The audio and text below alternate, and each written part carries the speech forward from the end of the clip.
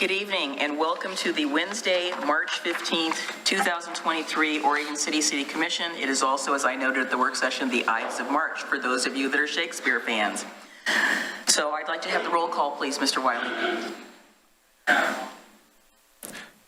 I would like the control room to unmute, please. Commissioner Adam Morrow. Here. Commissioner Mike Mitchell. Here. Commissioner Frank O'Donnell. Here. Commissioner Rocky Smith. Here. And Mayor Denise McGriff. Present. Please rise and join me in the flag salute. I pledge allegiance to the flag of the United States of America and to the republic for which it stands, one nation, under God, indivisible, with liberty and justice for all. Thank you so much. So tonight we have one proclamation, and I am proud to say that my fellow commissioners are going to help me through this tonight, and we're all going to participate in reading it. So I'll start out with Commissioner O'Donnell. So this is a proclamation for Women's History Month 2023. Whereas women of every race, class, and ethnic background have made historic contributions to the growth and strength of our nation in countless recorded and unrecorded ways, whereas women have played and continue to play critical economic, cultural, and social roles in every sphere of the life of the nation by constituting a significant portion of the labor force working inside and outside of the home, and whereas women have played a unique role throughout the history of the nation by providing the majority of the volunteer labor force of the nation, and whereas women were particularly important in the establishment of early charitable, philanthropic, and cultural institutions in our nation, and whereas women of every race, class, and ethnic background served as early leaders in the forefront to every major progressive social change movement, and whereas women have served our country courageously in the military, and whereas women have been leaders not only in securing their own rights of suffrage and equal opportunity, but also in the abolitionist movement, the emancipation movement, the industrial labor movement, the civil rights movement, and especially the peace movement, which creates a more fair and just society for all.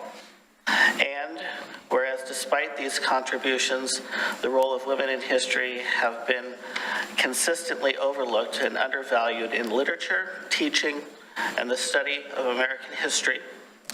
Now therefore be it resolved that the City Commission of Oregon City does hereby proclaim March 2023 as Women's History Month, and as part of the observance, encourage all people in Oregon City to join in celebrating the important contributions women have made in Oregon City, Clackamas County, Oregon, and across America, in witness whereof I will set my hand this 15th day of March 2023.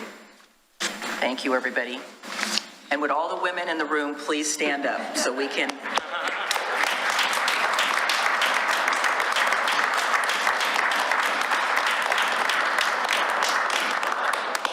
Thank you. All right, next on our agenda, we have citizen comments, and I believe we have, I just have the one from William. Are you still here? Is your citizen comment? Come on up. And then we have Mr. Fowler.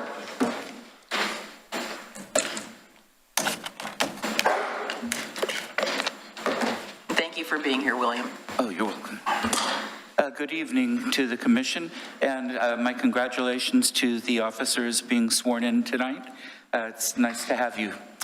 I'm William Becker. I live in Oregon City, and I'm a board member with the Friends of the Irma Tinger House. And I'm not here to have a big discussion, obviously, in 3 minutes, but I just want to remind the commission that we bring in people from all over the area. We get people into the house, they get interested in the history, they get interested in the services, so much of what the city has to offer, which also then helps them be more receptive to property taxes and things like that to pay for these things.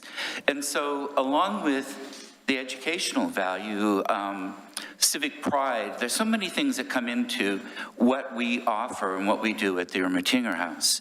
There's also the monetary value we put into the house as far as our volunteer hours. And And people come in from out of town, they spend money in restaurants, they do all kinds of things. So when you're looking at this picture with fees and the whole bit, I encourage you to put the whole piece in there, and including, I know our chairperson, who couldn't be here tonight, has given you a letter with an idea of how much our volunteer hours are worth monetarily. And one of the other things to remember too, it's so easy these days, and believe it or not, I'm not actually getting political in this, but it's easy for people to think government has to run as a business.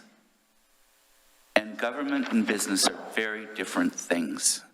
A government has a responsibility to provide services to people that they can experience and take part in, regardless of their economic, social status, any of the rest of it.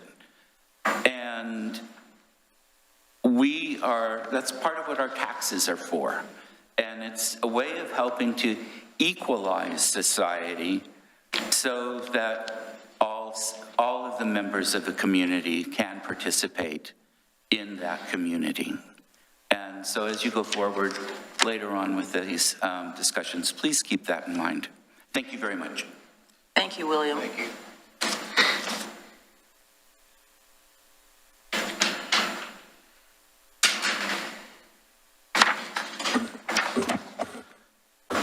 Good evening, Mayor McGriff and Commissioners. My name is Dan Fowler.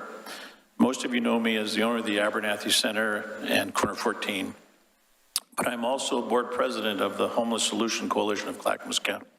I'm joined this evening by Marty Gant, board member of our coalition and board president of the Father's Heart.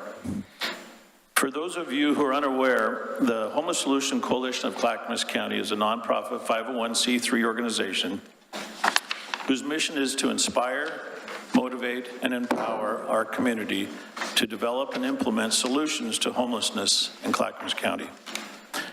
We were formed in 2016 by a small group of residents who wanted to learn more about how they could support their unhoused neighbors, first and foremost in Oregon City.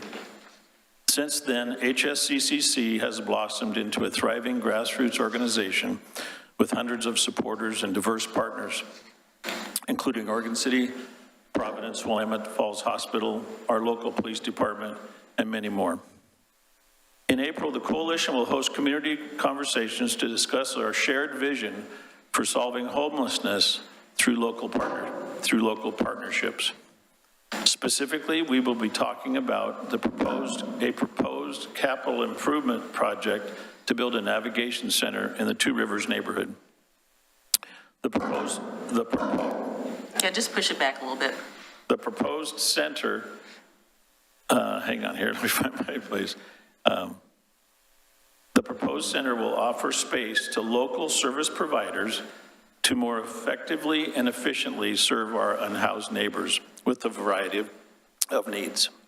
We envision shelter services only being offered during emergency weather events. We're here this evening to share this news a bit ahead of schedule because of a false report on an Oregon City social media channel that claimed the Father's Heart was opening a 24/7 homeless shelter at the old Miles fiberglass facility on Main Street. This is 100% false. The coalition is in dialogue with the owners of the Miles fiberglass building about potential ownership, and we are talking to the Father's Heart about their interest in relocating out of the residential neighborhood and into this facility with the coalition and other partners. During the past many years, we've discovered that services to support people to get rehoused can be scattered and logistically uncoordinated, due in part to funding and staffing challenges. We have a plan to fix that. The Navigation Center offers low-barrier services to support our unhoused neighbors. Our mission is to support our unhoused neighbors with what they need, making homelessness brief and non-reoccurring. Homelessness is a public health, economic, and community crisis. It is claiming the lives and livelihoods of too many people we know. It is impacting our healthcare resources, businesses, safety, workforce, and the use of public dollars. The time to act is now, and the coalition is ready to take the lead, and we hope the city will join us in that conversation. We've been out talking to some of our neighbors and interviewing stakeholders, and tonight we want to let you know about our public forums that are coming up. In April, we plan to host several forums for the neighbors and public, both in person and on Zoom. We're also working with the Oregon City Chamber on a Good Morning Oregon City event to ensure that the business community has a chance to learn and engage in the conversation. And we will be hosting a forum at the Oregon City Business Alliance on April 25th to share more about the vision and what we're hearing from the community. Our panel will include myself, Chief Band, Vahid Brown, and representatives from the Father's Heart and other service providers. We hope you can join us in one or more of these conversations. The invitations are nearly complete, and we will be announcing the date soon. In the meantime, please feel free to refer people to our website at www.hsccc.org or send an email to our new executive manager, Joe Wedding, at joe@hscc.org. And all of you are welcome to reach out to Marty or I at any time. We welcome your questions and engagement in this bold movement to solve homelessness through community partnerships. And thank you for your time, and I know I went over. That's Thank okay. you very much. Thank you, Dan. Bob LaSalle.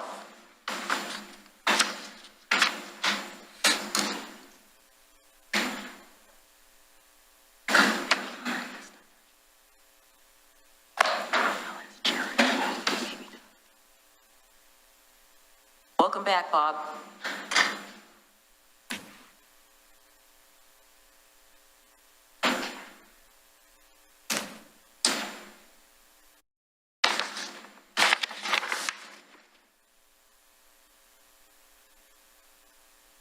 Hello, Mayor and Commissioners. My name is Bob LaSalle. I live in Oregon City. On January 18th of 2023, almost 2 months ago, I presented my concerns in regard to the lack of written minutes and videos. At that time, Mayor McGriff instructed staff to follow up and get back to Mr. LaSalle on the progress on this. She also stated, we will follow up on this. To date, I haven't heard a word, although through backdoor communications, I understand something is being done. I now question whether what is being done is adequate. I'm offering you a copy of the Planning Commission minutes of February 28, 2022, which you just got. I haven't included page 2, because all that says is adjournment. That meeting lasted 2 hours and 52 minutes. Now I ask you, is one page adequate to reflect what went on in that meeting? I think not. 2 hours and 52 minutes condensed to one page.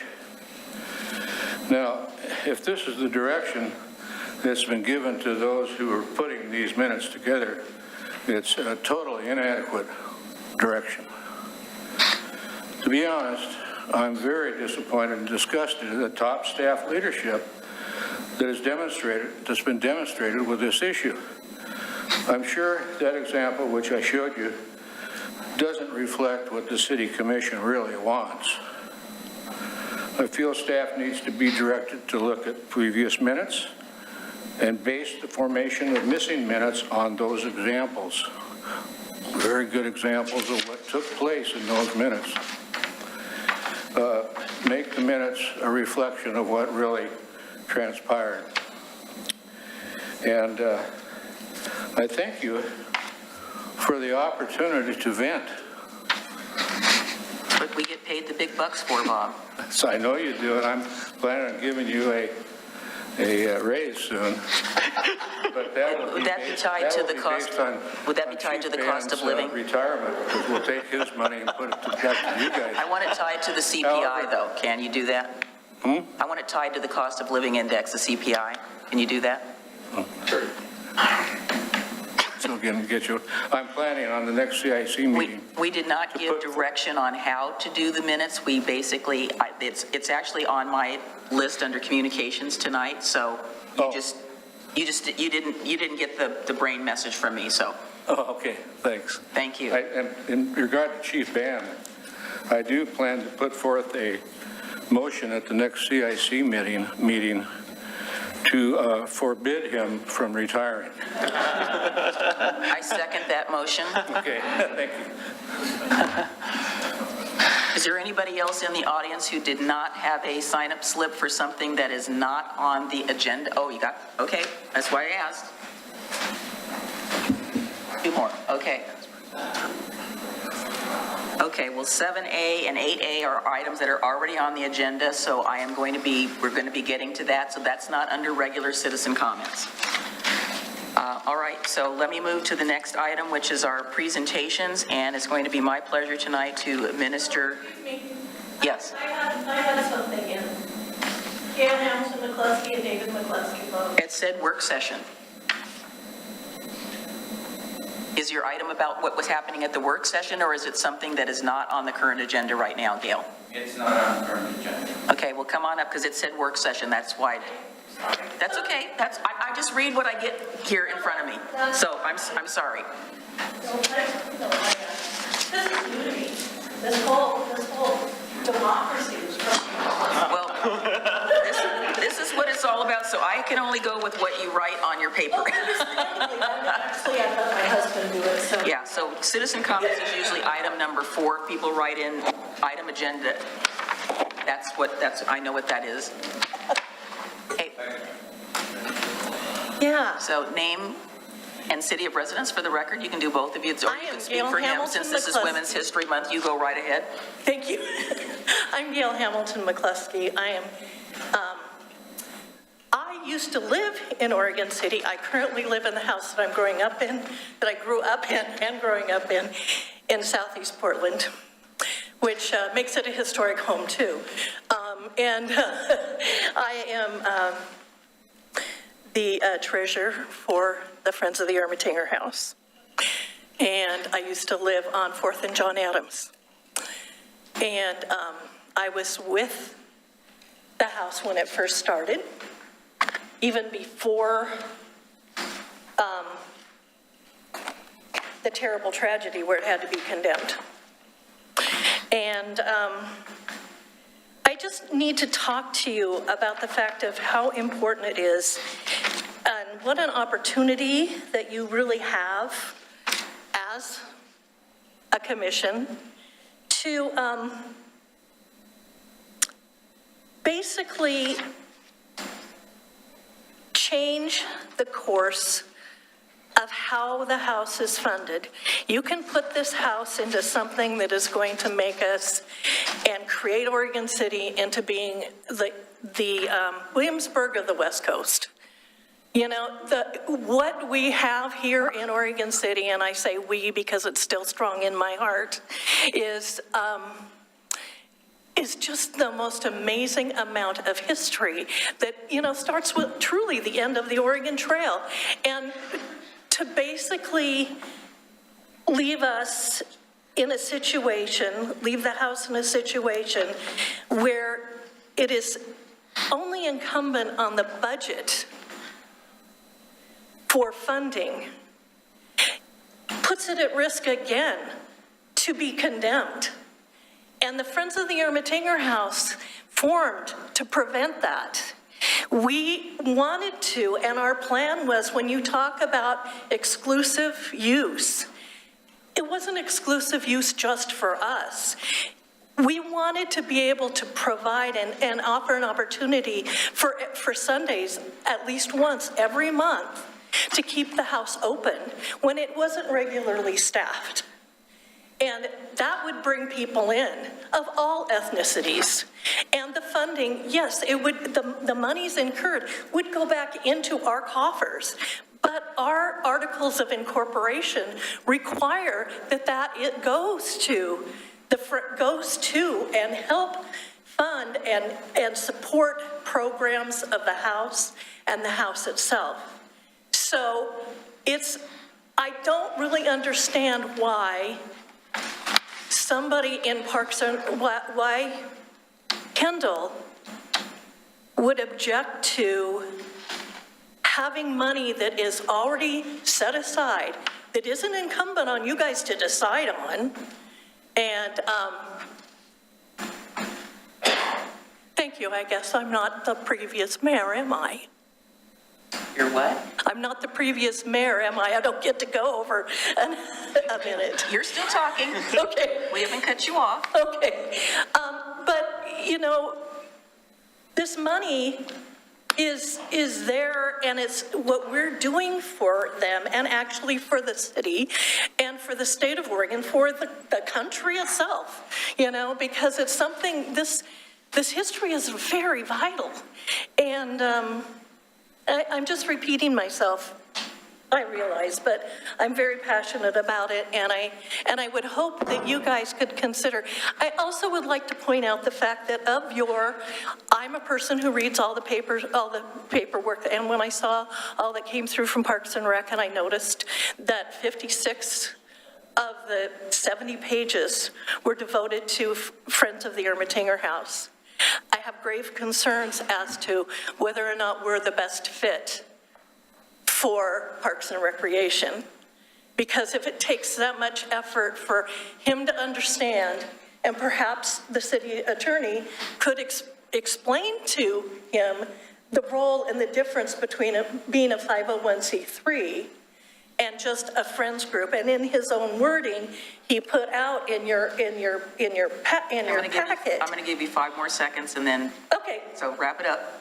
Page 13, bullet number 5, under city changes, that he proposed, he refers to the Friends Group as support agencies and removed our mission, our personal mission to the MOU. And that can't be done because it's part of our articles of incorporation. We'll get there. Thank you. So Thank you so much. You would not find 2 bigger supporters of the Ermitanger House than 2 of us that are sitting here. The rest of them, I can't speak to it, but I will be doing a talk later on in May about I'm looking forward to McBride it. Powers. So Yeah.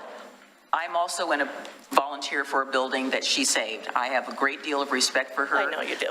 It may have taken a while, but the city is now on board. We do not want to let the house get condemned. It's not going to get condemned. We have invested too much taxpayer dollars, too much grant money. That house, nothing is going to happen to that house. So But it's just rest assured. building the trust. Just rest assured. Okay. Thank you so much. And thank you, all of you. I appreciate it. All right. Okay, thank you, everybody, for citizen comments. We've got a couple people there. It's coming up. I assure you, we're going to take care of you on 7A and 8A. So now it's my pleasure to administer the oath of office for Oregon City police officers. But first of all, I would like to turn this over to our chief, Jim Band. Good evening, Mayor and Commission, and everybody who's here. Briefly going to tell you, so Grace, Jared, Dave, could you guys come up to the front here?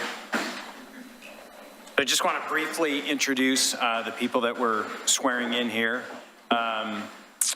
In no particular order. Officer Grace Presser started in 2018 with the Clackamas County Sheriff's Office as a jail deputy, was hired with us in November of 2021, and here tonight with us her parents, Christina and Greg. Raise your hands, Christina and Greg. Sergeant Jared Turpin started as a reserve with us in 1999, was hired by the Multnomah County Sheriff's Office as a jail deputy that same year. And then we hired him back in 2000. He's been a detective and was promoted to sergeant in August of 2022. Here tonight with him is his wife, Marty, his son, Tyson, his parents, Ed and Judy, and his sister, Jill.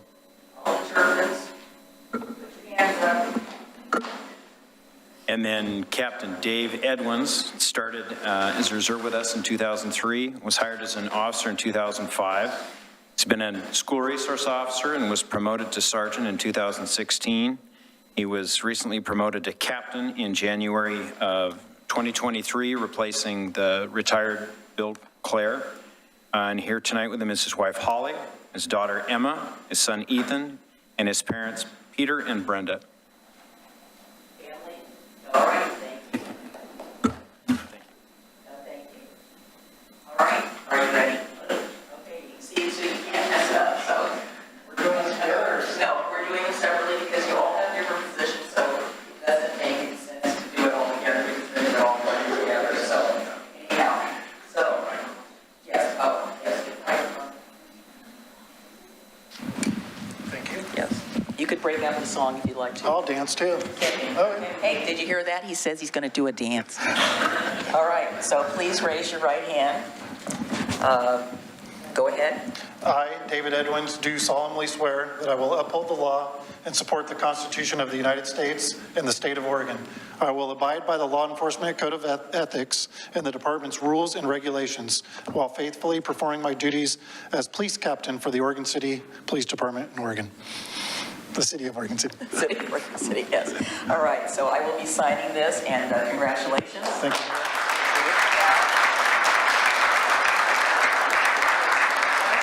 Sign your life away here. So everybody gets to sign something. All right, perfect. All right, are you ready? Do we have a third one? This is Dave's. Oh, gotcha. Sorry, while we change props. No pressure against your... Oh, no, I do not want to be a captain either, so. Only the captain. That's right, that's right. All right, Jared, please raise your right hand, solemnly swear. I, Jared Turpin, do solemnly swear that I will uphold the law and support the Constitution of the United States and the state of Oregon.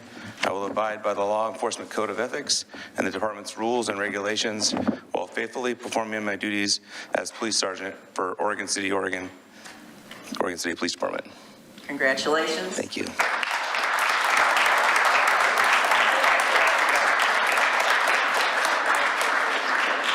right, this is especially meaningful because obviously it's Women's History Month, so thank you. Thank you. All right, Grace, please go ahead. Oh, let's get the right prop here. Sorry, got the wrong prop. Thank you, this is our prop person here. Thank you, your key grip. All right, Officer Presser, please go ahead. I, Grace Presser, do solemnly swear that I will uphold the law and support the Constitution of the United States and the state of Oregon. I will abide by the law enforcement code of ethics and the department's rules and regulations while faithfully performing my duties as a police officer for Oregon City, Oregon. Congratulations. So we're going to have everybody sign, and then we're going to do a photo. We'll have everybody sign, and then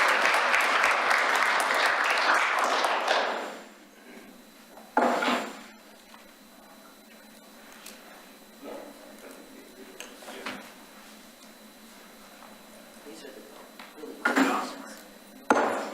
These are the ones.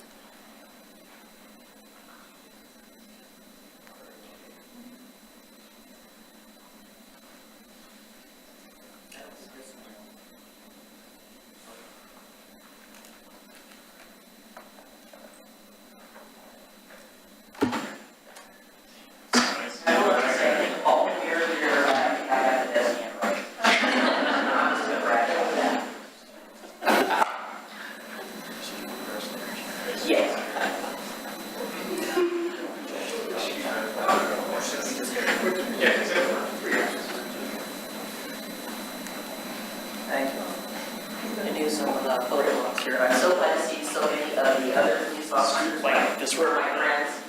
So let's get that center commission in there. All right. One more. One more today. Okay. Oh.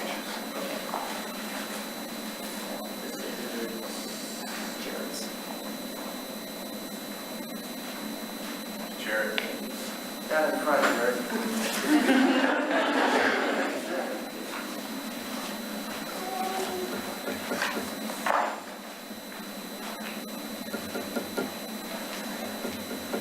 I should really be introducing them kind of like Vanna does.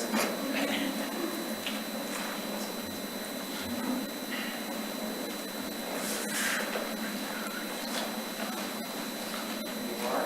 Okay, you ready for the mission? Come on, commissioners. Five commissioners in here? Yes,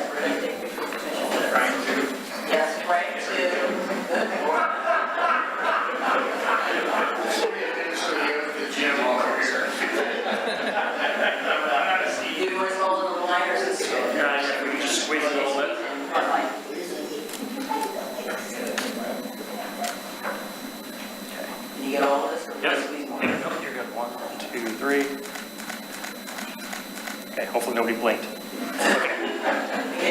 Thank you, everybody.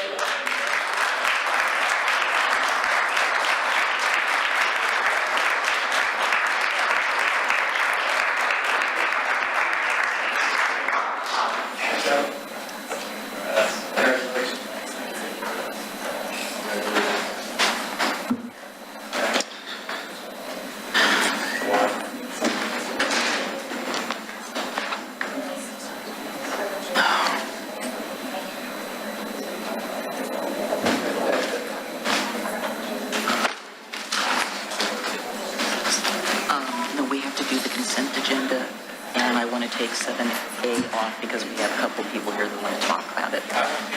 Yeah, okay. All right, next on our agenda is, hang on here, I got lots of paper up here now.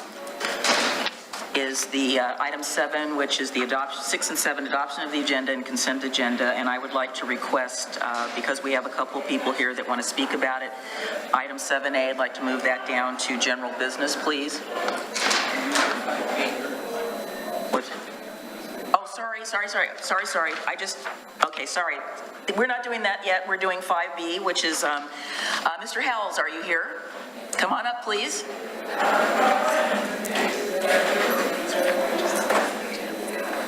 Do you want to do them one at a time? Yeah, that's okay. Fine. Yeah, I just was going to introduce them. Is that all right? Okay, that is perfect, yes. All right.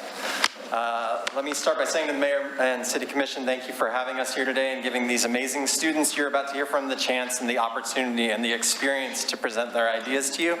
My name is Evan Howells. I'm an 8th grade language arts teacher at Tumwater Middle School. As part of our curriculum, we read the novel The Outsiders by S.E. Hinton. This book contains violence which occurs in vacant lots, decrepit parks, and other empty land. And my partner teacher, Mrs. McKenzie, and I wanted to design a project that would engage students in the civic process by designing uses for empty land in their own community of Oregon City. Last year, we focused on the vacant lot at 12th and Main and presented our ideas to civic leaders. This year, we partnered with Summit Development Group, who is working on potential development of the Rossman landfill site. By learning about the goals of Summit's work, we were able to design a more robust project where students were tasked with coming up with ideas for that empty space, which would help to answer the essential question of the project.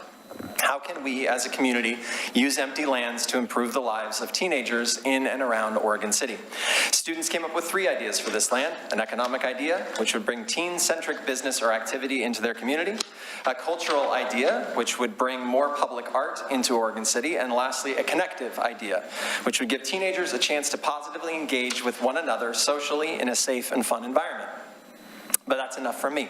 I have with me 2 of our amazing student groups who presented to civic leaders at our Empty Lands Expo on January 26th, where we had over 50 student groups presenting. These 2 groups have earned the right to present to you today. I will let them introduce themselves to you. And again, thank you so much for having us here today. Okay. Jacob, should we use microphones? How do we want to do that? How do we want to do this so everybody can hear? Yeah, microphones would be great. Okay, they're still sitting there. Okay. Sure. We have to figure out, Jacob will have to tell us where we can get it so people can see it.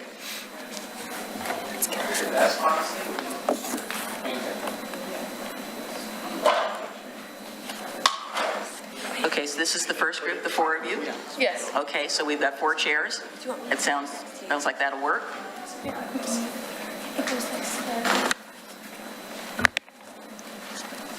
Okay, will you sit down? I'll sit here. Yeah, okay.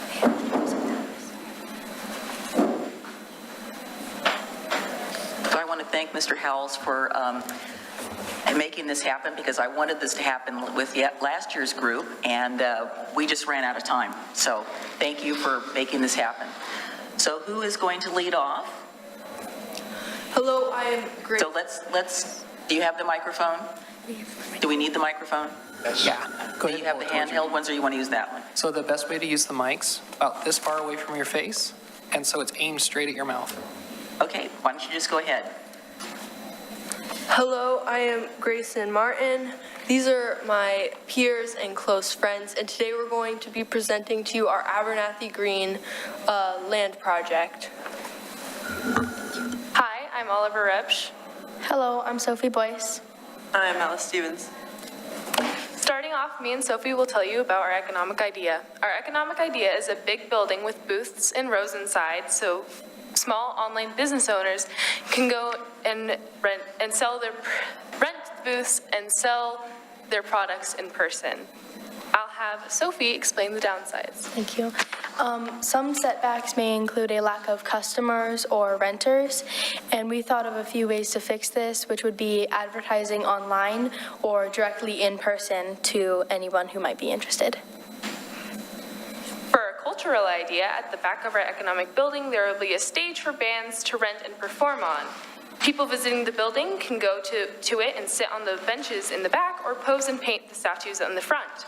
A downside to this may be how costly it would be, such as providing paints, brushes, aprons, and masks for the fumes.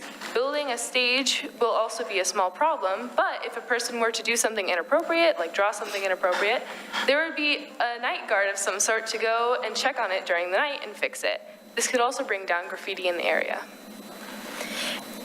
And lastly, I will tell you about our connective idea. We decided on a haunted house, but there's two things that are special about it. One thing is that it is nonprofit, so teens can go and volunteer to work there, or they can just take part in it. The other thing is that it is year-round, and since it is year-round, we decided that per season there should be a theme. So like summer would be beach or like Jaws. Spring could be like the Easter Bunny, and then winter would be Krampus. And if you look over there, I can't really point to it well, but we made a model out of clay of what we would think it would look like. And a setback may be that teens could make it too scary for any little kids who might want to go through, and it could be solved by giving all staff and volunteers walkie-talkies so they could communicate how scary to or to not make it. If you have any questions, we are willing to answer them. We just want to say thank you for having us today. Commission, do you have any questions? I love this idea. Yeah, I would say that the haunted house part is going to appeal to your sensibilities. So let me just ask one question. So what was the most important takeaway that you got from this? What order do you guys want to go in? Each of you can answer. Okay, do you want to go first? No, you don't. No. I think the most important takeaway that I would take away from this is that land can be anything you want it to be, and it's just such a cool, it's like a blank canvas, and you can do anything you want with it.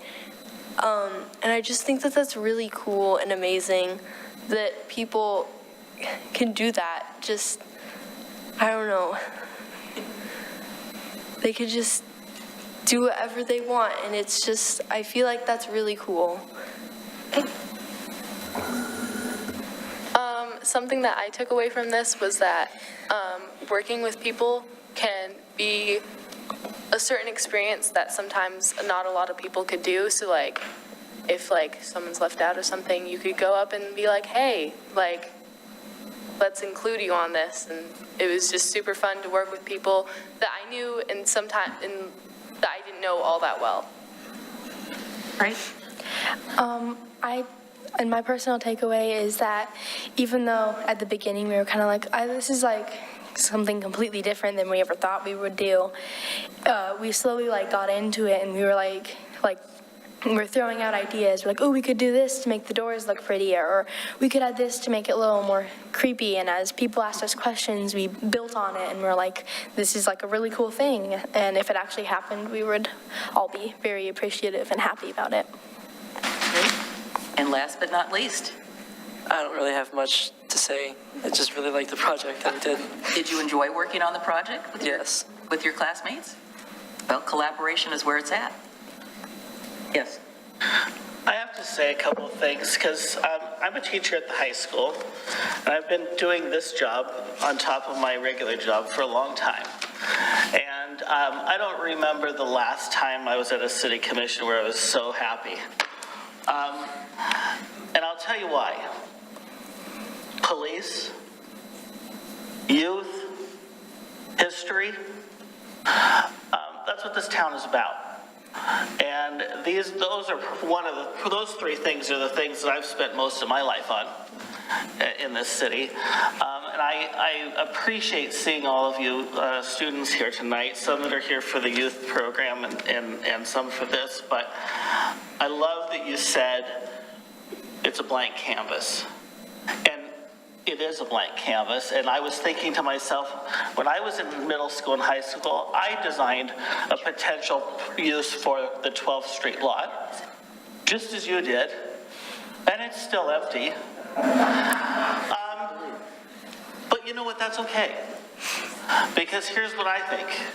Yes, these empty spaces are blank lots, and as long as they're blank lots, we still can wait for the best use. Because if we do something wrong on those spots, it's going to be there for a long time. And so when we drive by these empty places, yes, we want to see development, we want to see these cool ideas come, but we want to see something amazing. And students like you have that vision, and I don't want us to lose that vision. We talked about this at the goals session a little bit. This vision that this town has about how great it can be, and we shouldn't let those vacant lots just settle for anything. We want the best.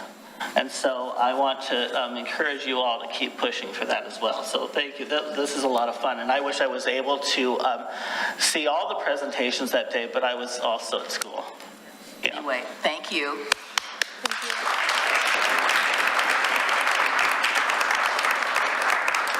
right, next group.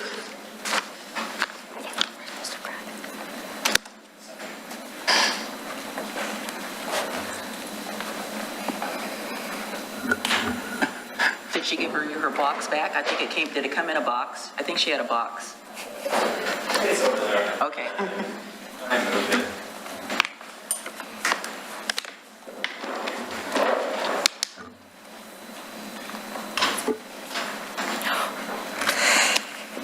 Is it facing? I don't think it's facing the right way for the camera. There we go. Awesome.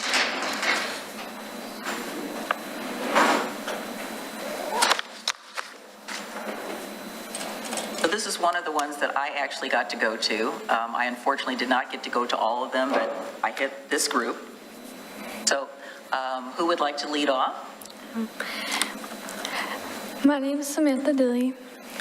My name is Nora Kalinsky. My name is Ava Davies. My name is Haley Stearns. This is our ideas. You can just pull that closer so that you can just switch it back and forth between the two of you. These are our ideas for the Abernathy Green Project. So I will be going over our economic idea, which is an art studio. First of all, before I begin, I would just like to thank all of you for taking our ideas into consideration. We really appreciate that and this amazing opportunity that you have given us. Our economic idea is an art studio. We believe that an art studio would be a great contribution to the community because of how it could positively impact the lives of children, teenagers, and adults alike. For teenagers and adults, this would be a great space for them to create art with materials they may not have available to them at home. And for children, we had an idea where teenagers could hold classes at this studio for the children. This way, the children could learn about and create art taught by other kids, so it might not feel so distant as if an adult was teaching them. This is an amazing creative opportunity for the kids, as well as a potential employment option for motivated teenagers interested in art. We believe that this would very much benefit our community as a whole, so we hope that you consider our idea. Next, Ava will be going over our cultural idea. Our cultural idea for Abernathy Green are interactive murals depicting the history of Abernathy Green. Right. Just want to make sure everybody can hear you. Abernathy Green has a diverse history, including Native Americans, the Oregon Trail, and one of Oregon City's first thriving towns. Interactive murals are a photo opportunity for visitors to Oregon City and teenagers for social media. To paint the mural, we could hire local artists, or there's a group of Tumwater students who have painted a mural in the hallway surrounding our art room, myself and Haley included. This will be a great way to include teenagers in Abernathy Green. Next, Haley will present our connective idea. I will be going over our connective idea. This will be a park where teens can get away from social media and hang out with their family and friends. This would benefit our community because it would be a great place for kids to leave their homes, leave their phones and things behind, and just make new friends with people they wouldn't have made friends with before. We believe this will be a memorable experience for other kids and teens in our community. That was all. If you have any questions, we would love to answer them, but we would just like to thank you for letting us be here. So I'll ask the same question I asked the other four. So what was your takeaway? What's something that was interesting and amazing about your collaboration? I didn't even talk to Sam before this project, but after we started the project, we were pretty in tune with each other. We got most of our ideas down. We were pretty in sync with what we believed would be a good addition to our community. What I really took away from this project is how teamwork benefited our ideas and our overall final project. I think we really benefited from having each other and how we get along. The thing that I most took away from this project was, I think you're never too young to get involved with your community, and I think that it's very important for younger students and teenagers to get involved in these sort of things because they're going to grow up to be adults in this community, and I think that that's really helpful. One of my takeaways was that we just got to use a land that may have not been used if, people didn't try to, use it and get other, teens' ideas from Oregon City and Tumwater. Great. Thank you so much. We know that in talking to Summit Development, they said, wow, they're not sure how to use everything, but they have got a lot of ideas thanks to the class, and we really, really appreciate it. So thank you so much.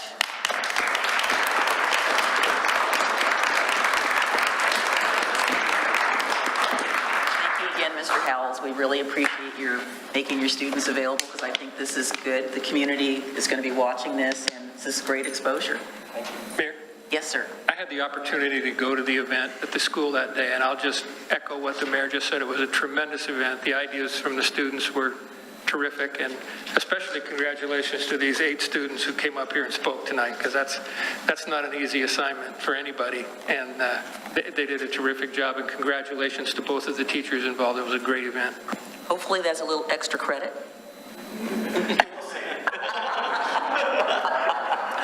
Mr. O'Donnell. I feel much the same as Mike Mitchell. I remember the first time as a citizen, I sat out there and spoke before the commission, and it's pretty daunting. It's a little bit fearsome. And what really gives me hope tonight is I see future leaders developing their skills today. And what really gives me hope is I looked among them and I saw women, and women need to take an increasing leadership role in this world. Give it a try. The men haven't done exactly the best job of it. So come on up and take your turn. Congratulations to each of you. And I just want to echo what all has been said. It's no secret that youth involvement is something that's important to me because I was in your shoes. When I was in 8th grade, we were reading The Outsiders, and last year, right? Hey, I usually do that. So as you can see, this is kind of what it's like when you're sitting up here with a bunch of old people. And so... Excuse me. What? Out of order. That's why the statements that were made about why it's so important for young people to get involved is because we do have ideas, and we're the ones who are going to be inheriting the future of this community. And so I really appreciate the time and effort that has clearly gone on from when I first attended the event with Christina Robertson-Gardner, one of our planners, and Seth Henderson from Summit. We kicked off this project with them with a presentation just delineating what it is that we do as commissioners, what Seth does as a developer, and what Christina does as a planner.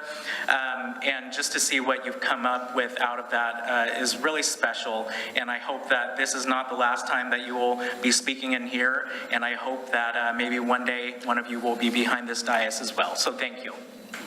Again, thank you. My first public speaking appearance was before the San Jose City Council when I was in high school. And we had to give a presentation, and, you know, these are where good things lead in the future. And you know, public speaking is really not so bad. We do not bite, and even though he says we're fearsome, we are not. We're just regular citizens just like all of you. So thank you again for coming. We really appreciate it. And thank you, Mom and Dads, for supporting these projects with the kids and having them work on it, because that's where all of this comes from. You know, support at home, and then it translates back into school. So thank you. All right, so we're going to go back to the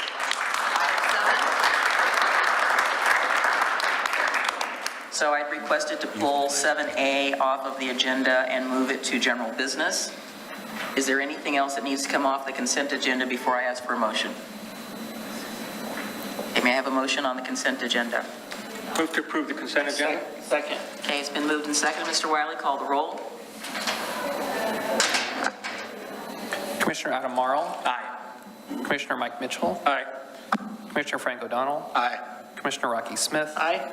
And Mayor Denise McGriff. Aye. Motion passes. So my second request is that we move item C up to do the first reading of the Youth Advisory Committee ordinance, and then we can do the appointment, and then move to item D so that the Arts Commission can get on there, and then go to item 7A, and then down the list after the second reading of the ordinance.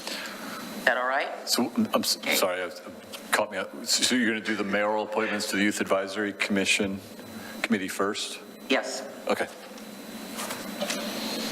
I was just making sure I missed that because you still. No, yeah, okay. So I'd like to call for the first reading of ordinance number 231003, revising the code to allow for additional members to be appointed to the Youth Advisory Committee. That's all right. Is there a motion or discussion? I move to approve. Second. Okay, it's been moved and seconded to do the first reading of ordinance number 23-1003. Mr. Kavaisman. Ordinance number 23-1003, an ordinance of the City of Oregon. Ordinance number 23-1003, an ordinance of the City of Oregon City revising the city code to allow additional members to be appointed to the Youth Advisory Committee. The roll call. Commissioner Adam Marl. Aye. Commissioner Mike Mitchell. Aye. Commissioner Frank O'Donnell. Aye. Commissioner Rocky Smith. Aye. And Mayor Denise McGriff. Aye. Motion passes. All right. So my next item is I would like to formally make appointments to the Youth Advisory Committee. And, well, it says committee on here. So I'm going to botch this name because I didn't get the correct pronunciation. So Alana, not everybody's here, but if you are here, would you just stand? So Alana, it's Lisance, Alex Jennick, Bailey Brown, Bella Bone, Brianna Nizick, Ambria Rich, Gunnar Datria, Anna Granderson, Henry Cardona Gamaros, I just watched that. So Julian Guerrero Molina, Justin Evers, Landon Liu, Miles Kinney, and Samuel Upkees. So those of you that are here, would you please stand? Thank you.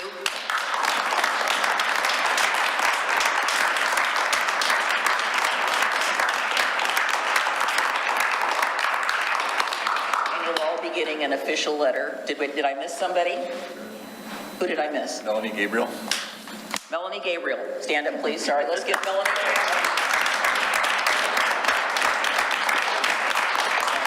So you'll be getting your official letter and for your appointment, and we look forward to seeing you on the 24th of March. And I'd also like to, and I'm not joking, we had talked seriously about appointing Commissioner O'Donnell because I think sometimes you need some wisdom, and but I know that you don't want to do it, so we're. No, that's not the point. Never mistake age for wisdom. So I'd like to also additionally appointing Commissioner Adam Morrow and myself, but I'd like Commissioner Morrow to say a few words, please, if he may. Thank you, Mayor. Like I said just a minute ago, this has been something that I've been really excited to move forward. And in fact, it was about a year ago, because it was in March of 2022 that I was sitting on a plane, and in front of me, I had a stack of papers from other communities that have done programs like this, and I was parsing through each sentence, trying to find the best of each version and how we can make this best fit the students of Oregon City. And so I just want to thank you for each of our students for your willingness to serve on this body, especially as our inaugural members. And I'm grateful that the mayor, after much convincing and coaxing, was willing to come around to supporting this. I really do appreciate that. Okay, well, that's debatable. I supported it. I just didn't support the method. Okay. We compromised and we got there. So that's what this is all about. Yeah, we can say that. So I just, we're going to be having our first meeting next Friday, and so I'm looking forward to getting to know each and every one of you and being able to demonstrate to you the importance of why you need to be involved with your local government. You heard a lot of people come in during public comment, and we're going to have some more here soon, because these are really the issues that directly affect your neighborhood right here and right now. And so thank you so much for your willingness to do this, and we will look forward to our first meeting here soon. Thank you. So I will give Commissioner Morrow one small concession, because I thought that the group might be too big, but after I interviewed all of you, you guys were so amazing. I said, no, we can't hone it down to just 9 people. We need everybody, because all of you brought something to what I feel will be the table that makes you unique and different, and you have different issues, but some of the themes were the same. Mental health was one of those, and everybody needs that no matter what age they are. So I appreciate your willingness to apply. I appreciate your willingness to talk with us about what issues are important to you, and we're going to move forward. I'm so excited about doing this, and we might invite Commissioner O'Donnell to come in maybe occasionally, so if he's willing. Is that the last word? You can have the last word. I'm getting ready to move on to the next item. I'd be glad to stop by. I think youth is the future, and growing leaders that are prepared to step forward in the future is important. And this is a great training ground, and what you'll learn, you take forward, and it'll have value to you. And when we spoke about on canvases, your life is your canvas, and you're about to make something of it. So go forward. Thanks. Great. Let's move on to, is the chair of the Arts Commission here? Jeez. Come on up.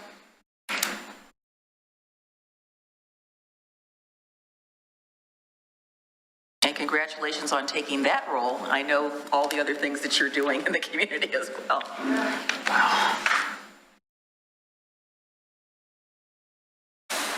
Good evening, Ministers. I'm James Graham, Economic Development Manager with Oregon City, and I love the arts. And I am so pleased to, it's especially pleasing for me to work with such a great group of people. And so it is my pleasure to introduce to you this new program of the Arts Commission. It's a grant program, and it's the latest of several programs probably you'll see in the future that will support the arts. And here with me, beside me, is its chair, Tammy Jo Wilson, who is a pleasure to listen to her way of thinking, her way of supporting, and her way of really leading the group toward a consensus. So I give you Tammy Jo Wilson. Hi, thank you for having me. So, the Oregon City Arts Commission recently crested. We've been around back for about a year now. We've spent our time most recently establishing the commission, writing the vision for the Oregon City Arts Commission, which I'm going to take a moment to share with you. The Oregon City Arts Commission acknowledges the past, fosters the present, and envisions a future where the arts are celebrated as a vital force that brings joy and builds community. We strive for a thriving, culturally enriched, sustainable arts ecosystem that creates connection to place, economic prosperity, and centers on diversity, equity, and inclusion.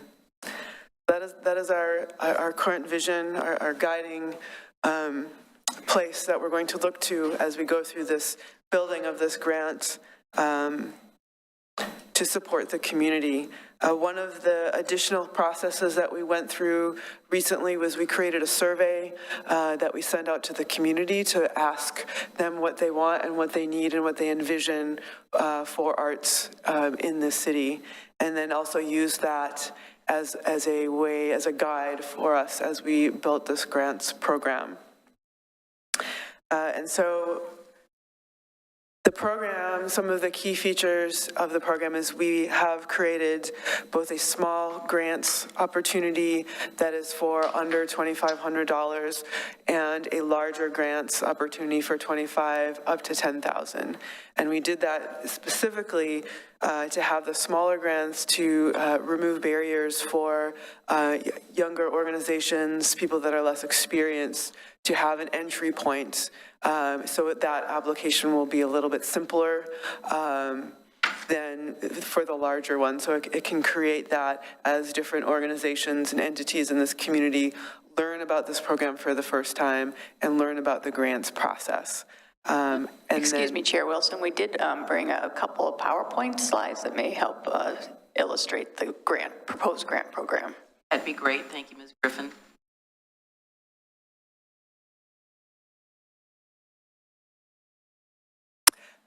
Additionally, so the larger grants program would allow for support of more established events or public programming organizations that have been around a bit longer.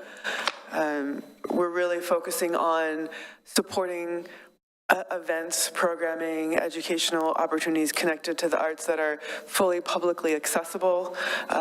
We got a lot of responses in our survey about wanting to support events and music specifically, thinking about youth and families. Also, events that bring tourism and support tourism within the city is an important thing that we're considering for the grants program.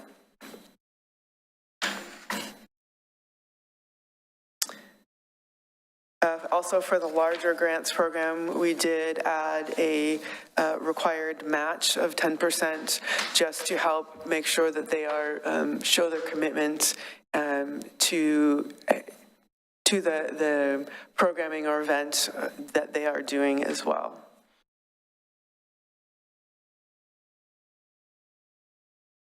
If we could go to the next slide, we can fill in a little more detail about the proposed grant program. We've set out a timeline where the grants will go live next week on the 20th, and then there'll be about a 5-week application period. And then there'll be two meetings for the Arts Commission to review what has been received, what proposals have been received, and anticipate making announcements of grant awards on June 7th. The Arts Commission really did want to make sure that the money was expended before the end of the fiscal year. And so we're in the process of building a rubric for the evaluation of the grant applications as they come in based on the criteria, the eligibility, the questions that were asked in the application, but also making sure that our choices really reflect the vision that we have created for the Arts Commission and the needs of Oregon City and the information we gathered from the surveys. One of my questions is, so for instance, let's say somebody wants to apply for a grant to do a community art project. Mm-hmm. So then that would be something that would be owned by the public after it's done? Well, that would depend on the scope of the project as far as what the public art was specifically, okay, and where it was located. Like if it was a mural, they would have to go through all of that process. If it was a chalk drawing, that was temporary, they would have to spell out all of that and get their proper permissions. So it'll be somewhat similar, but a smaller process than what we do for Metro Enhancement. So, I mean, we've already got a grant program, and obviously you're going to build on that and make this tailored to that. So it sounds great. Commissioners, questions? We have a motion? I'll move to approve. There's a second. Second. All right, we've got a motion motion of first and second, so let's have the roll call, please. Commissioner Adam Marl. Aye. Commissioner Mike Mitchell. Aye. Commissioner Frank O'Donnell. Aye. Commissioner Rocky Smith. Aye. And Mayor Denise McGriff. Aye. Thank you so much. We appreciate it. Thank you for your support. Okay, thank you. We are going to take a very short break, and next item will be, we'll do the quick second reading of ordinance number 23-1001. So we'll come back in 5 minutes.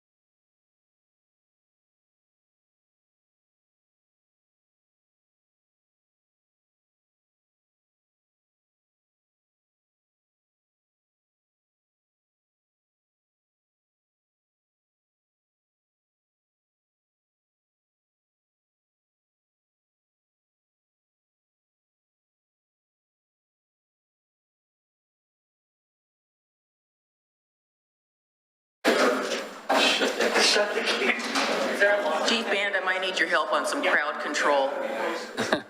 I thought he was up for the next, isn't he doing the next 3 items? No. Oh, no. All right, we're gonna, let me know when you're ready, Jacob. We are live. Okay. All right, recess is over. Let's have the, any discussion on the second reading of ordinance number 23001, code amendments to previously adopted middle housing code package number 2, et cetera, et cetera, et cetera. Housing code updates, technical revisions. Is there a motion?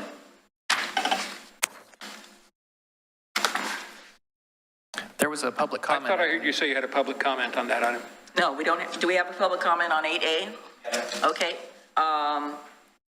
So this is the second reading, and this is a legislative package, but we'll take public comment. Open the public hearing. Come on up, Aaron.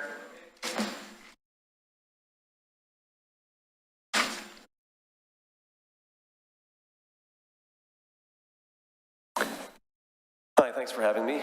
My name is Aaron Wolf. I happen to be the vice chair of the Elyville, was Barclay Hills Neighborhood Association, but I'm just speaking on behalf of myself as a citizen tonight.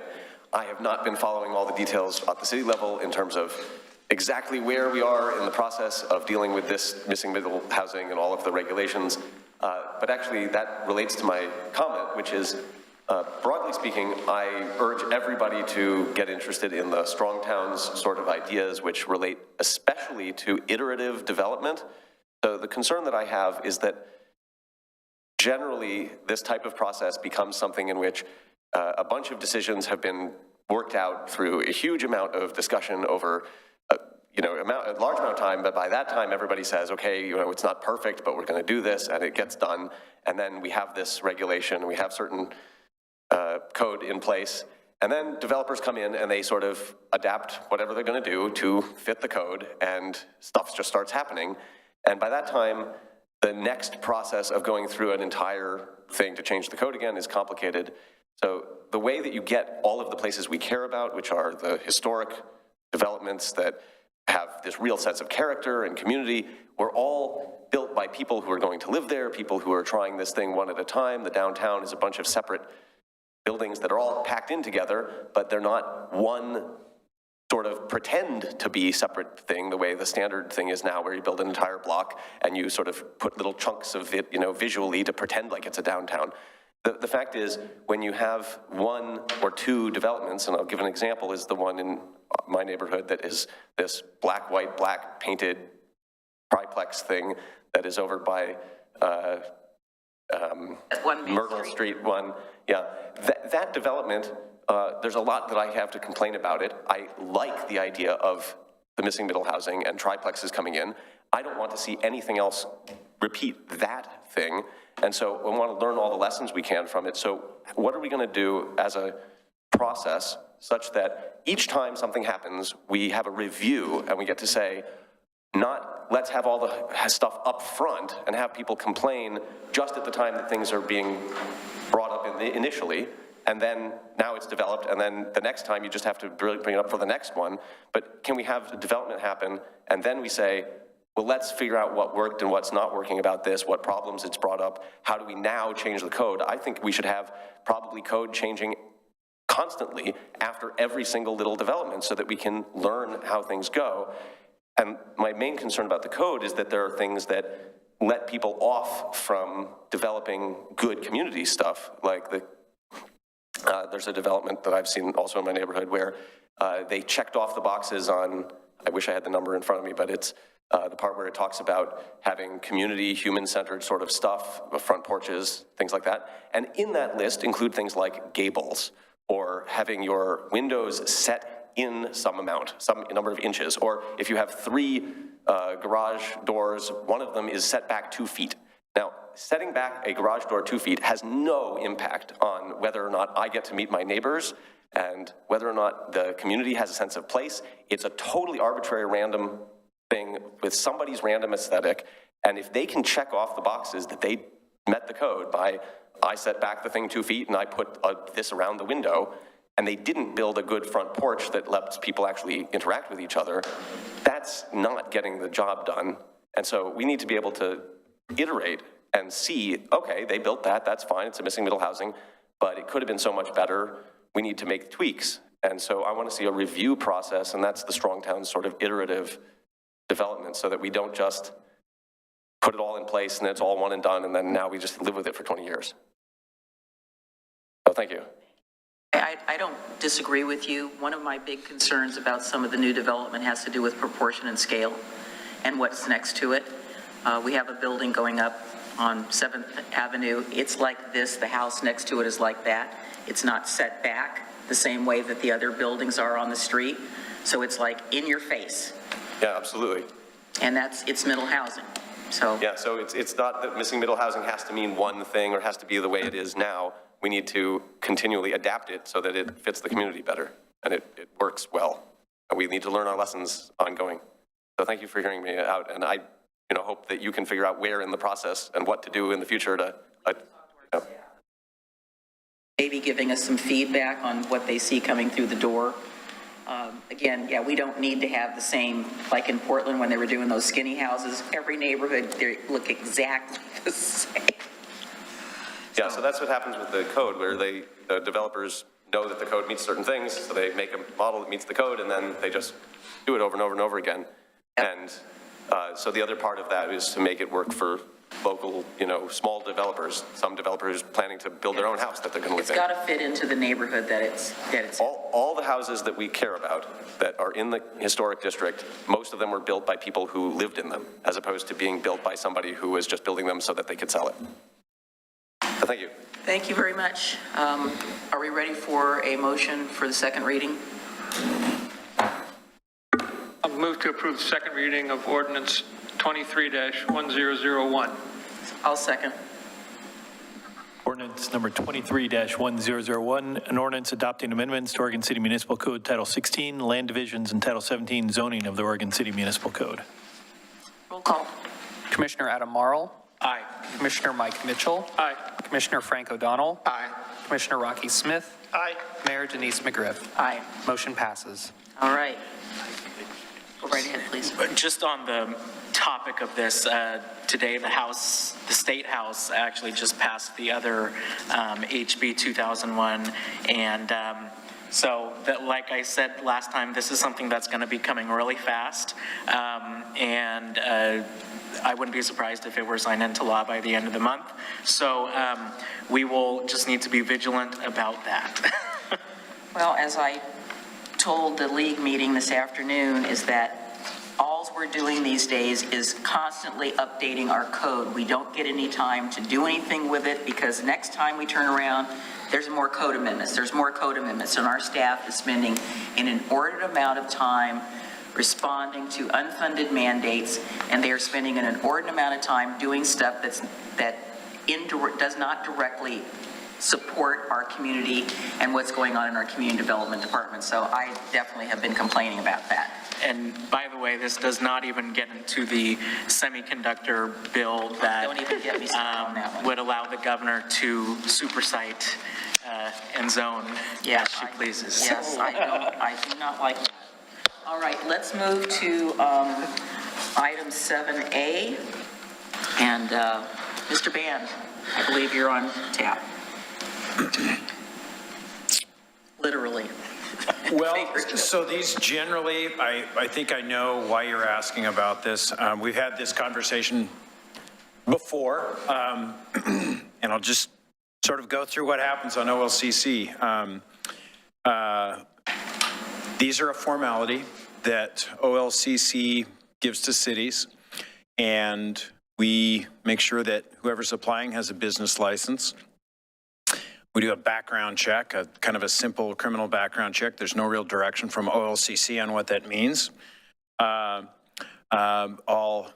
think maybe the best thing to sort of talk about in terms of comparison is, well, let me back up a little.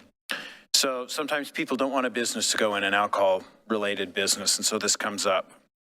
And I think people get frustrated that we as a city do not have some sort of control, or that OLCC doesn't really seem to care whether or not we have any concerns.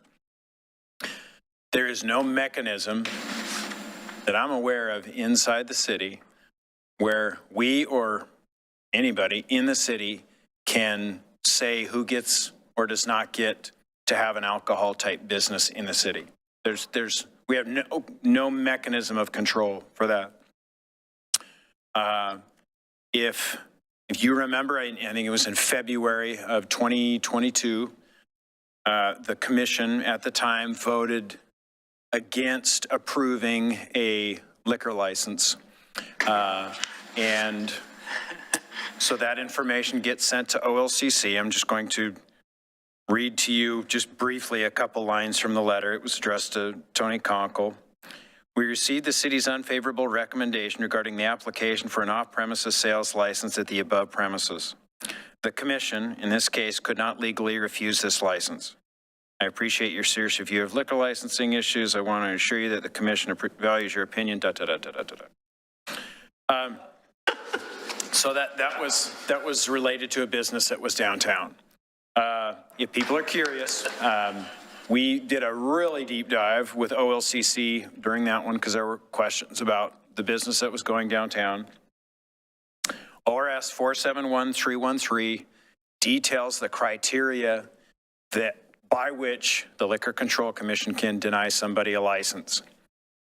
There is the beginning part of that could get some people excited when they read it because it says something about that there are sufficient license, so this is outlining that this could be a criteria, that there are sufficient licensed premises in the locality set out in the application, or that the granting of a license in the locality set out in the application is not demanded by public interest or convenience. That's just part of the paragraph. You could read that and go, well, while it's very arbitrary, we could say there's enough in that area.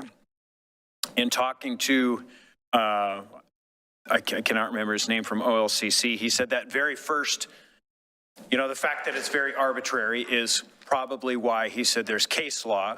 I'm going off my memory of what he said, but there's case law that basically sort of took that paragraph out. They don't really operate because it's such an arbitrary thing to say whether or not an area needs it. You have, how many do you allow downtown? How many are, so there's nothing we could do about, if we had more control over liquor licenses. Over the years, there's been some bars that we probably would not want in town at different times where we've had a lot of troubles. So I don't know what questions you have. These are a formality. Some cities don't even have them go to the commission. They just have staff sign them off and send them back. Because as we've said several times, OLCC does not do anything if we deny. You just saw what they said back to us when it was the first time that in the almost 10 years I've been chief, that the commission has actually said no, voted no. And I just read you the result of what that happened last time. Trying to send a message. I followed up on that particular item myself and explained to them that I felt OLCC was not really interested in hearing what communities have to say, and they were just worried about their bottom line and getting as many licenses that they could possibly get. And it didn't seem like that they were being transparent at all, because I tried to participate in that particular hearing. They didn't allow anybody to participate, and they had it on Zoom during COVID, but they didn't allow you to see anything. You could only hear it. I mean, it was just down the line. It was a whole bunch of missteps in terms of their ability as an agency and as a commission to be transparent and responsive to the communities by which they are providing these things. So, if they're saying that there's case law that you can't do this and you can't do that, and I appreciate the fact that you do bring this to us, but we have a couple of people here tonight who wanted to comment to us, which is why I pulled it off the agenda. So come on up. You can each have your turn. I'm just asking you to come together, but. No, it's fine. I am not speaking here on my behalf as just a private citizen. Yeah, just do the introduction again. I'm Aaron Wolf again, and I am the vice chair of the Elyville Neighborhood Association, the chair and other neighbors at the meeting and through email roped me into saying something on behalf of the neighborhood association. So I am here representing the naysayers and NIMBY folks and other sort of cynics and critics who are opposed to the vape shop and what they might stand for, and the fact that they're on sort of a weird, busy corner where there's a crosswalk that is already one of the more dangerous crosswalks, and we have no idea why they would be wanting a liquor license, but I guess they want to serve alcohol, wine or something, at a place that does not seem to be a place where people have food or something. I know that at some point they were going to maybe they wanted to have food carts or something. There might be something great there. I don't know. I'm, speculating because this is all sort of thrown at us very last minute, but they saw it on the agenda and they said, Aaron, you should say something. And there are definitely concerns. I talked to other neighbors just because I'm representing the neighborhood association. I went out and talked to people, and I had a general, people are very skeptical about the idea of what this business is doing and whether it's good for the neighborhood, and I share some of those concerns. The aside is that I heard that the state is considering banning flavored tobacco products, which would certainly affect this business, which seems primarily to be a flavored tobacco business. So I'm not sure what they're doing with expanding into alcohol, but in general, there was some skepticism from neighbors about whether this was a topic worth bringing up or worth my coming and speaking about. But people were generally skeptical and opposed to it and wanted to get that the official neighborhood association stance was in opposition to getting the license. So I'm here to share that message. Hi, my name is Dorothy Dalsred, and I'm also in the Ely neighborhood. I'm coming here because I went through all the OL salsa licenses of business. I wanted to serve alcohol in my clothing store, and then I found out how complicated it really was. For one thing, you need to have food on premise. And of course, and now maybe that's changed with OLCC, because you can go to pick up a growler and eat some popcorn and walk out the door. But it just seems to me that when you have a business that's gonna come in, I mean, that's a very expensive rent on that corner. They pay $3,000 a month rent there. That's a lot of rent. And so I can see why they're scrambling to figure out how to pay it. But if they would have come to our neighbors and say, we want to put in some food carts. Maybe they have enough big parking lot. They could throw 3 food carts up there. And then maybe we'll all walk up and have a beer and have some food. But when I was getting my biggest liquor license, the main thing OLCC kept asking me, and they asked me over and over and over, am I planning to open up a strip joint? I said, no. I'm actually hoping my kids work in my store. But I'm saying is that can happen. And it kind of comes in easier with the alcohol. And that was really one of the biggest concerns back in the day. And I'm sure it's still a concern to this day. But they should come to our neighborhood. Anyone with something like that has to come with a plan on what they're planning to do, in my opinion. So I know there's not a lot we can do about OLCC except for complain to them. So here I am, making the complaint. Thank you very much. Thank you. Mr. Band or Mr. Geisman, is there a specific time frame for us to sign off on this? Is that it's not like a 120-day rule with land use? I believe you have a certain time period after which they will take it as you have made a recommendation for approval, that if you don't... And what might that possibly be? I want to say 60 days, but I'd have to go back and... 60 days from what's our time frame? I don't know. It's been a while since I've looked at it. Well, I'll tell you where I'm going with this. Because we've had some concerns from the community, I'm not saying that we're going to approve it or not, but I would like to maybe hold this over to the next meeting and ask for the applicant to come in so that the community can hear what it is they want to do. Since there's been issues raised here about it. It doesn't, maybe that will take care of some of the neighbors' concerns. I know we can't deny it. Well, actually we can, but it doesn't mean that OLCC is. I mean, we can say no, and OLCC will still approve it, but I think that if that's an option and we're within the time frame, I would like to do that and hold that over to the next meeting. Because questions that have been raised by the community. Sure. Chief Band and I will look into what the timeline is and whether we can get that back to you in that time frame. We can certainly ask the applicant to come in what would happen if the applicant doesn't come in. I guess we can address at that meeting, but yeah, we will take a look at it and make sure we do what we can. Something that I find interesting, you have OLCC who controls both liquor and marijuana. You're going the same place I was going. And we established criteria for the number of marijuana distributions in the cities. How far away from each other they can be, how far away from, why can't we? Could we not do the same thing? Would that stand up? What's the difference in regulating those two substances? Yeah. If I had to put my finger on it, alcohol's been around for a lot longer in terms of... Seriously, no, it has I mean, they've both been around for a long time, but it's been legal much longer, for almost 100 years. And so there's just a lot further that, the OLCC is more comfortable with, I think. But the way, and it could have something to do with who has a stronger lobbying arm in Salem in terms of how much regulation you can do, but OLCC regulations don't allow that type of approach. Well, it would remove the vagueness from their statute. Well, and if they're overlapping doing both. Yeah, I mean, they're the same agency, yeah. Yeah, well, we know that there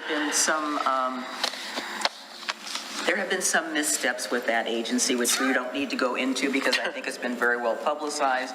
But I will say that the person that I talked to on the phone was very kind and very responsive to my concerns. And I even asked, I said, well, what if I wanted to show up at a commission meeting and make some comments? So, in general, yes, Mr. Mitchell.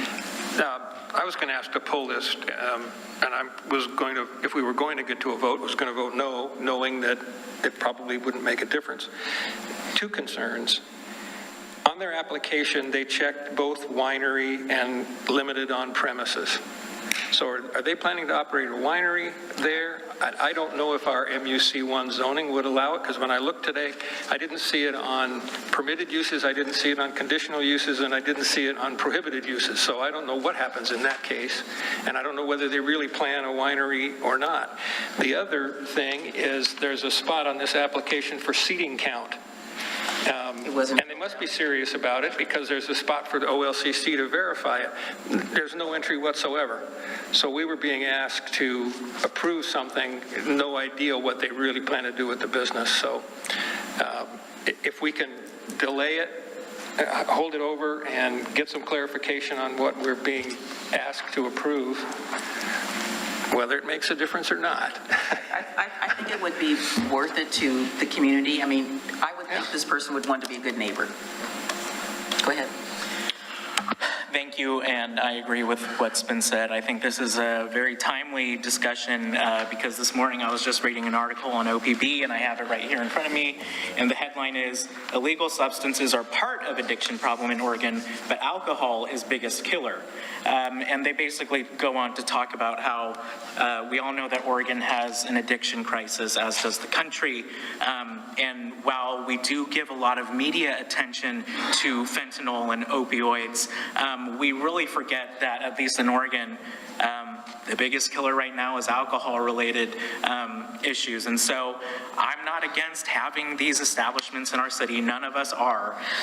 But we want to be smart with how we place these. And just as was stated, this is exactly how we go about when we're considering marijuana dispensaries. And considering this is part of the same department that's being regulated, we should probably also have the authority to have a say in the citing of this. And so hopefully we'll be able to have a more robust discussion about this. And also just keep in mind the long-term impacts that overlooking the issue of alcohol abuse really does affect us. Thank you. Yeah, well, we're not trying to put all of that on this particular applicant. Of course. So, of course not. But yes, so let's see, when is our next meeting? Well, Commissioner Mitchell's observations are poignant. I mean, that's why you would review the application in depth, because basically it's an incomplete application. It doesn't tell us what things we need to know. But I still like the idea. Should we, on a more general, should we pursue number of alcohol distribution establishments within so many feet of each other and see what happens. Well, I think we have different areas of the city. We have downtown, which is a little different than one that's right, that ones that are right adjacent to neighborhoods. I think it'd be inches. And we could divide those areas up.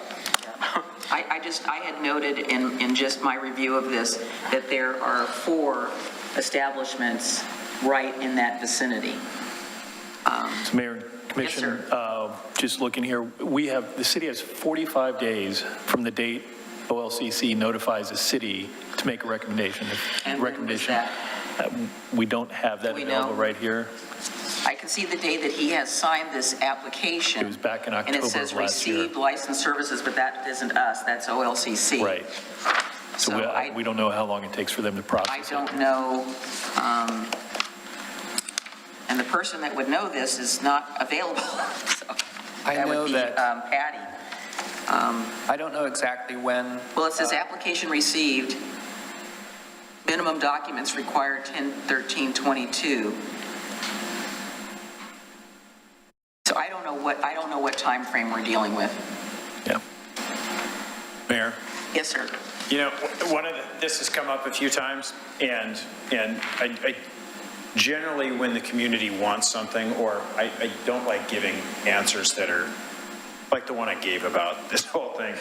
My point is, I don't think that if the city, if the commission decides that we want to have a say and control this topic, doing it through a state agency, I just feel like that's not the mechanism to try and, you know, like you talk about OLCC's forms and their process, that's OLCC's forms and process. I think they're very polite when we've dealt with them, but the commission's going to do what the commission's going to do. So it is a clunky way for us to try and solve the neighborhood's concerns through, if this is the way we're going to do it. Just food for thought for the future about how, as a city, we address these. All I'm saying is that it would be nice to have the applicant tell us, since we had questions about the application, you know, I saw that too where it said winery, and I thought, okay, and maybe that needed to get caught at the police department level. Where are you really opening a winery? You checked winery, what does that mean? You know, it's like I told you before, I ask a lot of questions. I'm reading what somebody's saying, this is all I have to go on at face value. I don't have any other. But we have talked about this issue before. You know, Oregon City has home rule, which gives us the ability to license, to tax, and to incur debt. And to me, this is a license. We're actually, saying, okay, this is a license. We've been asked to review this. We may not have a say about it, but I think that the neighborhood should have some answers. They might not like those answers, but that would clarify what this person is asking for, because I don't think they're really going to be operating a winery. That's just my gut feeling. I think they may have checked the wrong box. Maybe they think that maybe they're going to sell wine, but they didn't know where to put that. Or maybe there's no box there, because I don't think they're doing a winery. So, but that's what they checked. So, Commissioner Mitchell's correct in saying, are you operating a winery, or, what are you doing? Well, in any application process that we've seen, an incomplete application gets kicked back for additional information and the date changes. So are you saying, Chief, that OLCC doesn't care about the completeness of the application? Yeah. You know what? I apologize for asking that question. I mean, you heard the line. I'm not saying that they don't care by any means. I'm saying they have criteria, and I know from talking to the gentleman that I talked to, and he talked about case law. There is litigation that happens over these issues. People have businesses, they have property, and so I think there's a set of criteria that are put forward, and sometimes people have. The property owner, the business owner has their perspective and their rights. So, there is litigation that's caused things like that first piece where he said that case law changed how they looked at that sort of thing. I think the thing is whatever the city's going to do, we need to do it to everybody. Yes. And so we're talking about adding steps. And so if we're adding steps to what this process is, we need to say, well, one, we have to do it for everybody. And then what are the criteria about you know, these questions about, is it a winery, is it so? Our staff need to understand, when are they going to reject? What is, can the city, what should the city require, those sorts of things. These are just new questions that are being asked that have never been asked. I'm not saying that's wrong. I'm just saying that we need to sort of figure that out. So we're meeting whatever the expectation is. I don't think it's a new question. I look at this the same way I would process a land use application. I go down the list, and if something isn't clear, I ask the applicant, well, what does this mean? I don't know what that means. And it's just a matter of asking, it's a matter of clarifying, gee, Mr., I don't want to even try to pronounce his last name, did you mean that you were going to open a winery? I don't, you know. That's the first thing I saw when I looked at this. I thought, oh, what does that mean? I don't know. I know what a winery is. I've been to a winery. At least I think I know what a winery is. I know maybe it just isn't super clear. Well, Mayor, you just enumerated the powers inherent in home rule, and I thought that was very telling. Power to tax, the power to license. I mean, they exist, so why not utilize them? Yeah. So we just have questions. I would feel a lot better if I knew the answer to some of these questions. Just real quick, I would assume that if we were not to take any action at all within the 45-day, that it would just still move forward. Oh, absolutely. Yeah, the statute says if the city does not make a recommendation within 45 days, OLCC will take it as a positive recommendation. Okay. Well, our action at this point is we don't understand what it is you want to do. Yeah. Well, I do briefly want to touch on the idea of home rule, because you're right, the city does have home rule, except when it's been preempted. And the state of Oregon has pretty clearly preempted the field of liquor and alcohol. Yeah. And so our ability to regulate in this area is limited. Yeah. When we decided to become part of the state of Oregon, we ceded some of our authority as a home rule jurisdiction. So I am definitely aware of that. So I wasn't saying that we were preempting anything, but so we don't know the answer to the question. We do not know what we don't know the date by which the 45 days is triggering. No.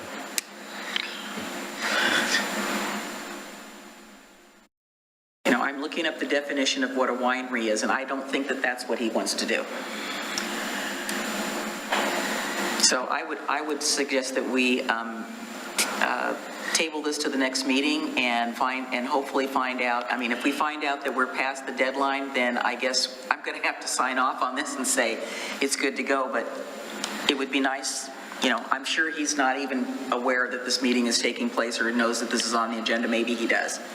But that's my recommendation. I think it would be nice, like I said, it might not be the answers the neighborhood wants, but at least they will have the answers to the questions that they have.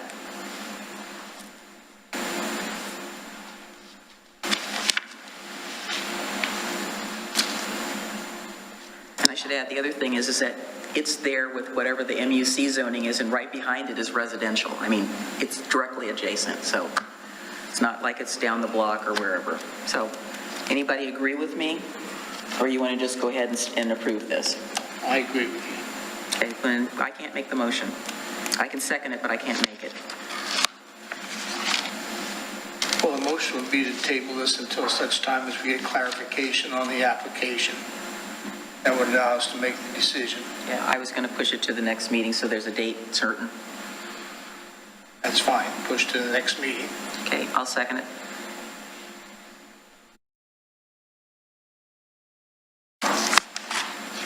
Commissioner Adam Marl. Aye. Commissioner Mike Mitchell. Aye. Commissioner Frank O'Donnell. Aye. Commissioner Rocky Smith. Aye. And Mayor Denise McGriff. Aye. Motion passes. All right. We are down to 2 items. License agreement between the City of Oregon City and Sportcraft Landing, Inc. Is that the attorneys or is that Mr. Conkle?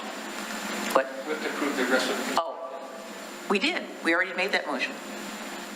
We approved everything else except item 7A. We did. I think we did. Yes, we did. Yeah, we don't go back to that. Yeah, sorry. It's fairly That's quick okay. and things were moving around, but Yeah, we moved things around, but I said, let's take 7A out and prove the rest of it. There is that solid waste thing, though. Yep. Yeah. Yeah, that was in the, yeah, okay, so, let's go with 9A.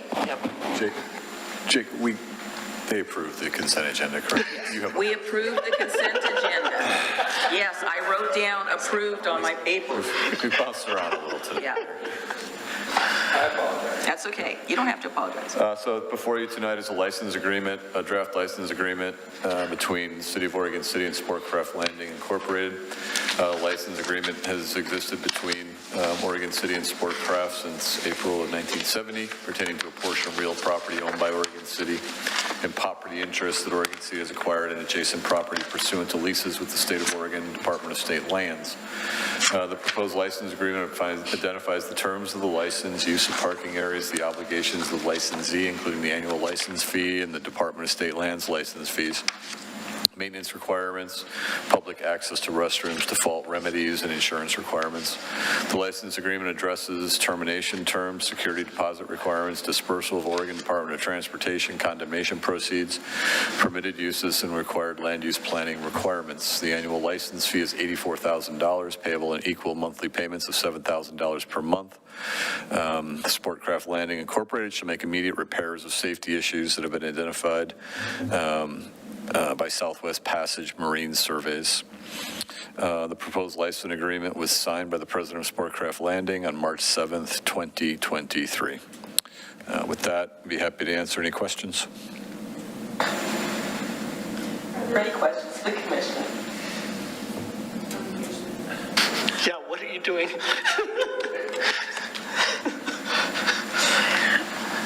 Is there a motion to approve this item, please? The only thing I would say about this is with this particular agenda item, when you read this, there comes a series of requirements, obligations of the licensee, and they also include penalties, including defaulting on the agreement. And I have to trust, and we've spoke about it, that we have the proper monitoring device in place, and they are held strictly to the performance criteria, not only what is done, but the time within which it is done. Because the options to that are it's a default on the agreement by the licensee. So that's all I'd say. I'm prepared to move forward on the agreement. I am as well, and there better be an act of God for some delay. So we're going to move your office down there, Kendall, so that you can keep an eye on everything and make sure that they are, we'll make sure it's a luxury office, so that you can keep track of everything. I mean, I'll explain later why I just about lost my composure here, but it had nothing to do with this agreement. So is there a motion to approve? I move to approve the license agreement between the City of Oregon City and Sportcraft Landing, Inc. I'm going to second it because, oh my God, I can't tell you how long I've been waiting for this. Let's have the roll. Commissioner Adam Marl? Aye. Commissioner Mike Mitchell? Aye. Commissioner Frank O'Donnell? Aye. Commissioner Rocky Smith? No. And Mayor Denise McGriff? Aye. Motion passes. All right. My second favorite topic, I-205 toll project environmental assessment comment period extension request. Seems like today my day was all about tolling. Thank you, Mayor. So yeah, that's what we're bringing before you. There's a letter in your packet. I guess I'd just point out real quickly that based on public comments that we hear pretty regularly, I-205 tolling is not something this commission has suggested or recommended or anything near that. So it's not an Oregon City project. This is an ODOT project. They have released an environmental assessment statement. It's about 190 some pages, plus appendices that are nearly 3,000 pages. And they released that at a time they've also got a regional tolling proposal out, and there's several other things that are kind of in the queue, all related to this I-205 project. And they did that and provided a 45-day comment period. Now they've since added 15 days to that. The region, I would say, the Clackamas County and Clackamas County jurisdictions have requested an additional 45 days.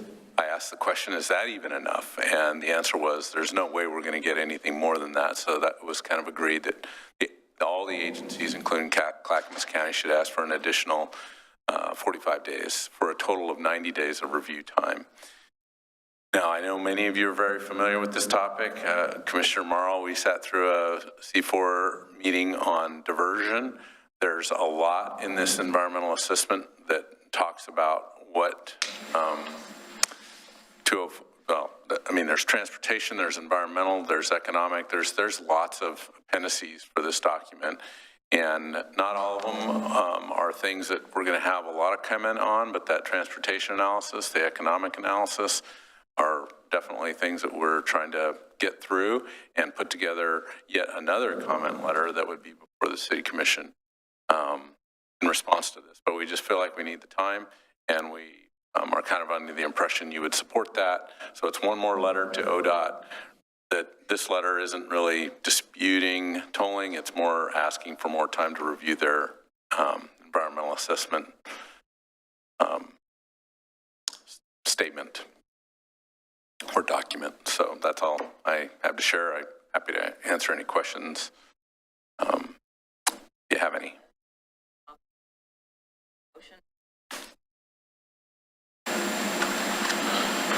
Since I'm going to be signing my life away. Does that mean there's not interest in the letter or not in agreement with the letter? I was just waiting to hear if there were comment discussion. Okay. It's basically asking for more time. We've reiterated our stance over and over again. We need to get this in to get a request for an extension. So. Yeah, I expressed today that this complex document that we originally were given 45 days to respond to is insufficient for those of us on C4. Because of the way our meetings align, the extension didn't grant us another opportunity to draft a letter commenting on this draft environmental assessment, so it didn't even change that much for us anyway. But for those of us who are elected officials, even though the vast majority of us are just regular volunteer citizens as well, it's even an ask of us to be able to get through a document like this long, this complex, in the amount of time. So just thinking about what we'd be asking of citizens to make informed comments about something like this in the time given is pretty ridiculous. I am fully supportive of that, and with that, I move to approve the I-205 toll project environmental assessment comment period extension request. Second. Commissioner Adam Marl? Aye. Commissioner Mike Mitchell? Aye. Commissioner Frank O'Donnell? Aye. Commissioner Rocky Smith? Aye. And Mayor Denise McGriff? Aye. Motion passes. Thank you. All right, that concludes everything on this agenda. Item 10, communications. I have nothing tonight. Thank you, Mayor. Commissioners. Nothing. Okay, I have two things that relate to I-205 tolling that I will make you aware of. So last week, Mayor, I never get his name right. Beal Stosky and I sat down with the director and assistant director of the Urban Mobility Office. Basically, the nutshell of the meeting was, we understand that you guys are upset that you haven't been heard, et cetera, et cetera, et cetera. What can we do to help you? And we said we'd like a response in a timely manner to all of the letters that we have submitted. We'd like the information in a timely manner. We gave examples of things that we had to get from other people with public records requests that we had not seen. We also explained to them how this has become, and forgive me, it's a big time suck for our staff. We did not budget to do the I-205 multiple project reviews, but if we don't come to the table and get our comments in, we are definitely going to be out. And I said, that's an unfunded mandate. We did not ask for this. You didn't ask us. You've just kind of just done this with the legislature. Then this morning, there was a meeting of some mayors of the region, and I was not able to attend, but Wes Lynn obviously knows our position and represented us quite well. There is going to be yet another draft letter talking about this. And then this afternoon, I attended the Regional League of Oregon Cities meeting. It pretty much was staff and mayors in Wilsonville. And we talked about, everybody in that meeting was someone who was along the corridor, except for the city of Estacada, talked about the inordinate amount of time that we've had to spend. As I said, the time suck that we did not anticipate. We also talked about the league's 5-year strategy plan, which I brought some copies for some of the commissioners who I know are super interested in that. And I think that we are in good stead with the league. They are working with the legislature on House Bill 2001.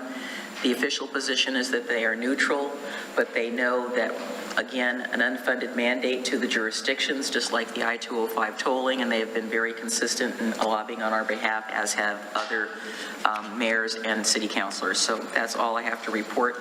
I also want to thank staff for all the work that they've done on the Youth Advisory Committee. It wasn't easy getting a hold of 16, 15 people and going back and forth and trying to get a hold of them. I think that we have excellent things ahead that we are going to be working on, and I think this will be kind of fun. And, you know, as you all said, getting people involved before it becomes a crisis. It's one thing I tell my neighborhood association, don't come to the table after something's already happened and be reactive. You need to be proactive at the beginning and get involved. That way you can make the change that you want to see happen. So anyway, anything else? Because we're almost close. We're close to setting a world's record tonight. Oh, good.